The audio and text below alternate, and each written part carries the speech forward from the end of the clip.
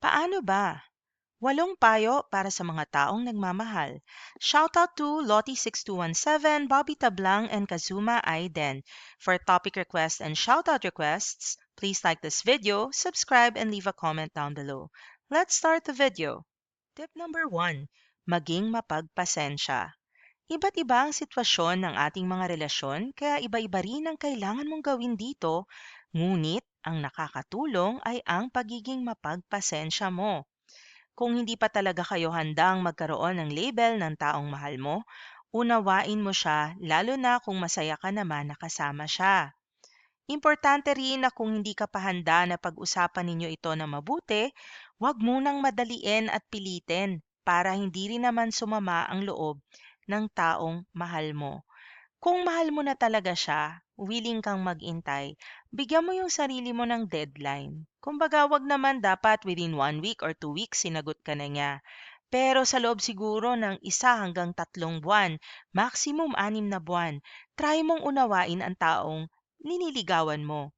Pero make sure na patas ang oras na ilalaan mo, hindi lamang para sa kanya, kundi rin para sa'yo.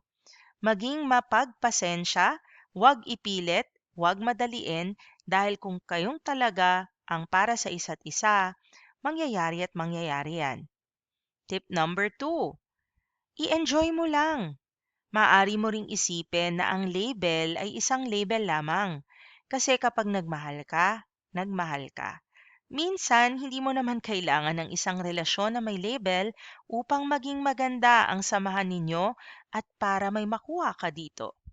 Kung ang isang relasyon ay nakabubuti naman para sa'yo at masaya ka dahil dito, maging masaya ka na lang at sulitin ito.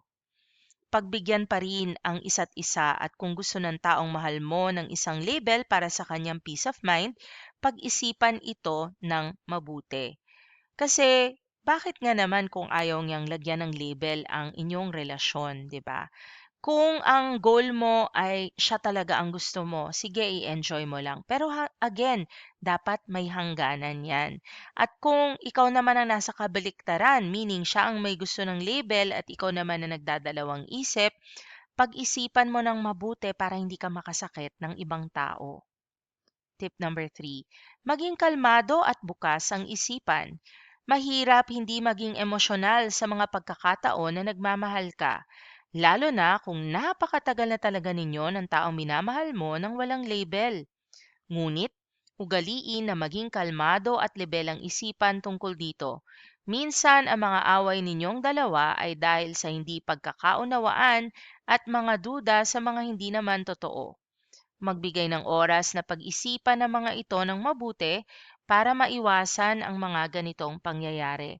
Minsan kasi sobrang invested na natin sa isang relationship o sa ating liniligawan na naiirita na tayo, naiinis na tayo. Nafo-frustrate tayo, normal lang yan.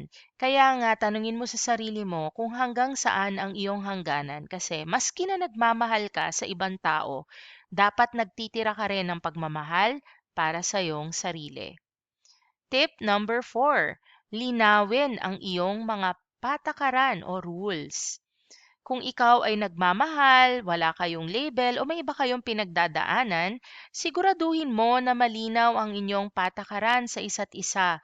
Yung panuntunan mo rin sa iyong sarili. Kumbaga, kung kailan ka na babibitaw, kung hanggang kailan lang ang pagmamahal mo, at kung saan naman ang hangganan ng pagmamahal mo at saan na nag-uumpisa ang respeto mo sa sarili mo. Alamin kung maaari kayong manligaw o ligawan ng ibang tao, o kaya naman ay kung ano ang tawagan ninyo sa isa't isa. Bigyan ng boundary kung kinakailangan. Siguraduhin na malinaw ang mga patakaran ng kung ano ang pwede at hindi pwedeng gawin upang hindi kayo magkaroon ng pagtatampuhan. Kasi minsan, yung mga liniligawan nyo, akala nyo, kayo lang ang kinakausap. Pero dahil hindi nyo pinag-usapan, hindi kayo nagtanong, hindi nyo alam na marami pala kayo nakausap nung girl na nililigawan mo. Kaya linawin ang iyong mga patakaran sa panliligaw at linawin rin ang iyong boundary o hangganan. Ibig sabihin ba nito, kung marami kayong kausap ni girl na nililigawan mo, hanggang kailan ka magtitiis at hanggang kailan ka maghihintay? Tip number 5. Manatiling bukas ang iyong pagpipilian. Kung nasa patakaran ninyo na okay lang manligaw at ligawan ng ibang tao, marahil ay makabubuti na maging bukas ka rin sa ibang tao kasi kung hindi ka pa niya pinipili at ikaw ay mahal na mahal mo na siya, may posibilidad na ikaw talaga ang masasaktan. Ang pagpili sa iba't ibang tao na nagpapakita ng iba't ibang mga kabutihan at kahinaan ay okay lamang dahil ang kinabukasan mo ang dapat mong isipin.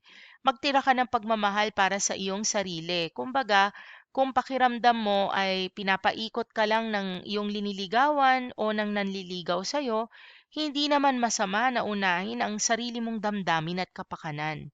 Kung ang iyong kasama ay naghahanap ng ibang tao, tama lang rin kung gugustuhin mo na maghanap din ng iba. Kasi baka mamaya nakapako ka na dyan sa isang tao na yan, pero alam naman pala niya sa sarili niya na hindi ikaw yung para sa kanya. Hindi maganda na pilitin ang mga ganito, mga tungkol sa pagmamahal at love dahil baka masawi ka lang. Tip number 5, manatiling bukas ang iyong pagpipilian, lalo't lalo na kung hindi pa naman kayo. Tip number 6, maglaan ng oras para pag-isipan ang mga pangyayari. Pag-isipan mo ng mabuti ang inyong relasyon. Ano ang mga nangyari noong simula hanggang sa kasalukuyan? Tingnan kung ano ang mga pagbabago na nangyari, kung ito ay ikabubuti mo o hindi, at kung ito ay dapat mo pa ba na panindigan o hindi na. Mas mabuti na gawin mo ito ng maaga pa. Isulat ang mga naiisip sa isang diary para pagdating ng araw na kailangan mo ng pag-isipan ng mabuti ay nakahanda na ito at madaling balikan dahil nasa papel na. Kumonsulta rin sa mga mahal mo sa buhay at sa mga kaibigan mo nang sa gayon ay masabi nila ang kanilang saloobin kung tama ba yung tao na yan para sa'yo. Tip number 7, ito na nga, humingi ng payo sa ibang tao. May mga bagay kasi na nabubulag tayo dahil sa iba't ibang rason, katulad na lang ng pagmamahal. Baka dahil sa sobrang mahal mo siya, hindi mo madaling makita na masama na pala ang mga nangyayari sa iyo o sa kanya. Siguraduhin madalas ka makipag-usap sa isang tao na pinagkakatiwalaan mo tungkol dito kung sulit at tama pa rin ang relasyon ninyong dalawa. At kung alam mo naman na hindi ka ipapahamak ng taong hiningan mo ng payo, makinig ka rin dito kasi posible na hindi mo lang nakikita pero alam na ng lahat ng tao na nagsasayang ka lang ng oras sa kanya. Tip number 8, matutunang pahalagahan ang sarili. Kung nais mo talaga magka-label kayong dalawa, dapat bigyan mo ng pansin ito.